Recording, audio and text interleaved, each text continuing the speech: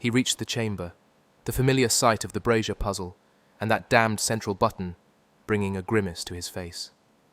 He still felt the phantom sting of that blood ritual, the unwelcome chill of its magic.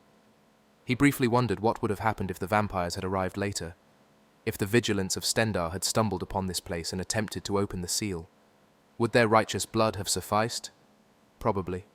He suspected the lock simply required the essence of a living being, regardless of moral alignment. No matter.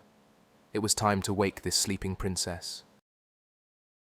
Her eyes opened, and she found the figure standing before her. Her gaze lingered on him, still shaking off the remnants of sleep, her voice quiet but clear as she asked who had sent him here. He didn't offer explanations. Instead, he spoke with unsettling certainty, revealing knowledge of her father, her mother, and the prophecy that bound them all. He spoke not as one guessing, but as one who knew, his tone leaving no room for doubt. Her surprise was evident. How could he know about Harkon's plans, or Valerica's retreat to the soul cairn? She stared at him, as if trying to make sense of what she was hearing, her mind struggling to process the weight of his words. They carried a truth she couldn't easily dismiss. He continued, his tone steady. You don't have to be their pawn anymore, Serana. Their plans, their ambitions, they don't own you. They shaped your past, but they don't own your future. The next chapter is yours to write. Make it one. They'll never control again. His words struck like a crack in her armor, shattering years of frustration and resignation buried deep within. For so long, she had been little more than a tool in her parents' schemes, her life manipulated by ambitions that weren't her own. The realization stung, a deep ache she could no longer ignore. The possibility of breaking free, of reclaiming something for herself, was overwhelming, yet it stirred something fragile within her, something she wasn't ready to name.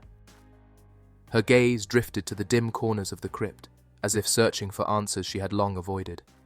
Slowly, her posture shifted, the tension in her shoulders easing as a fragile but growing resolve began to take root. With a quiet breath, she stepped forward. Her movements were deliberate, as if testing the weight of her newfound resolve. Let's go. The trip out of the crypt was as expected. The Dragonborn moved ahead, his steps sure and purposeful, telling Serana to follow at a distance. He noticed her quiet, her gaze distant, still lost in thought. Gargoyles, skeletons, and Draugr stirred as they passed, but the Dragonborn dealt with them swiftly, his spells tearing through the dark with sharp precision. Yet he felt the strain. His magicka drained faster than he recalled, a reminder of how reliant he'd become on the gear he no longer had. It was humbling, though it changed nothing. The exit was close now, and soon the crypt's oppressive air would be behind them. As they emerged, Serana paused, her gaze lifting to the stars scattered across the sky. They felt both familiar and strange, a reminder of a world that had moved on without her. The world had changed, but so had she, and now they would meet each other, anew. The Dragonborn turned to her, his expression calm but resolute. He made his intentions clear. Her father's pursuit would be relentless, and she needed to stay far from his reach. Solitude would offer safety, a chance to gather strength and prepare for what lay ahead. All he asked was 6 days. His calm certainty carried the weight of someone who was used to being believed. With a slight shift of her posture, she gave a small nod, showing her acceptance of the plan. For now. With nothing more to say, he turned and walked into the darkness, his figure fading into the night.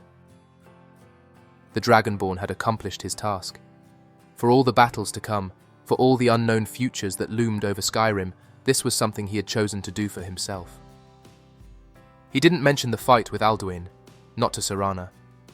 There were few more capable than her in all of Skyrim, but the thought of bringing a vampire against a fire-breathing dragon, one who could call meteors down from the sky, seemed like an idea only a fool would entertain.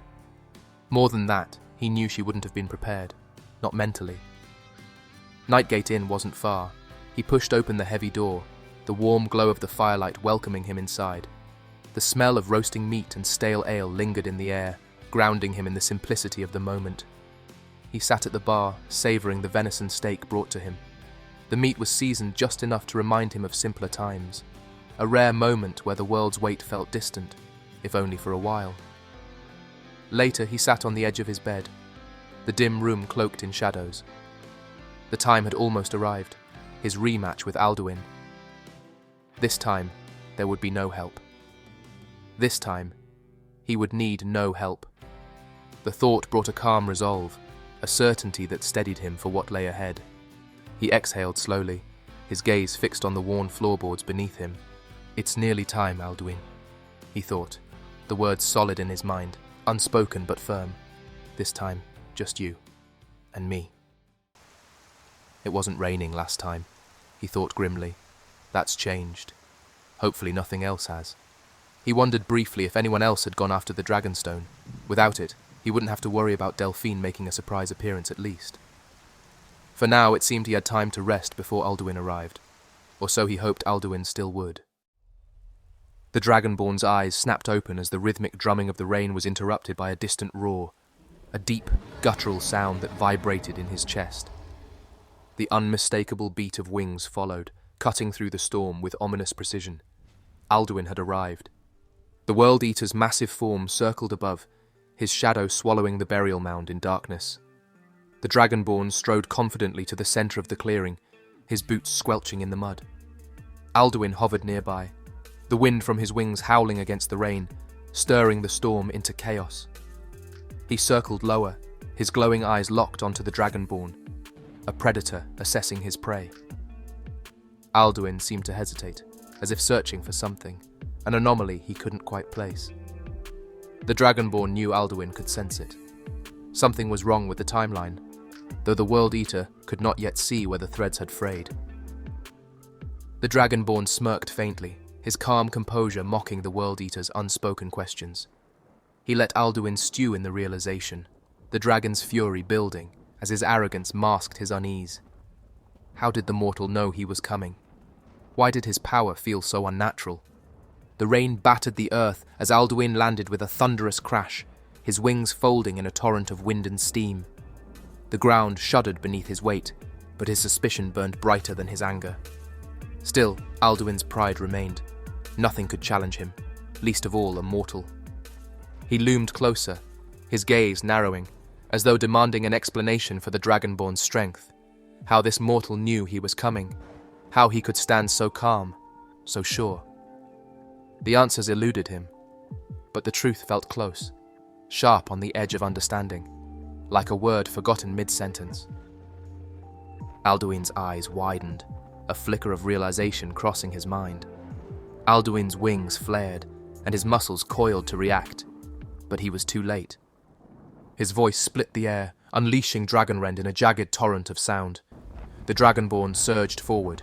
His blade flashed, carving a brutal line across the dragon's face.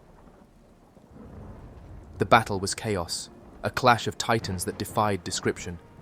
Alduin's roars echoed like thunder, his flames turning rain to steam, while fire and lightning rained down from the sky, illuminating the storm in bursts of fury. The Dragonborn met him head-on, his blade a blur of steel enhanced by the dragon aspect coursing through him. His strike sharper, his movements faster, his strength nearly unyielding. Each swing of his weapon bit deep, fueled by fire and fury, as though the power of dragons themselves answered him. Alduin, bloodied but unbroken, beat his wings and rose into the storm, his roar trailing into the distance. He disappeared into the haze of rain and darkness, his shadow fading from sight, leaving the battlefield scorched and steaming in his wake. The Dragonborn had won. Exhausted, he wasted no time heading to Winterhold. A potion of stamina gave him just enough energy to make the trip. It wasn't far, and the thought of a warm fire and a drink in his hand motivated each step. With each step behind him, the tension began to fade. He had overcome what would surely be one of his greatest hurdles, and a sense of relief washed over him. For all Alduin's power, the World Eater's arrogance remained his weakness. The Dragonborn allowed himself a small, weary smile as Winterhold's silhouette emerged through the rain.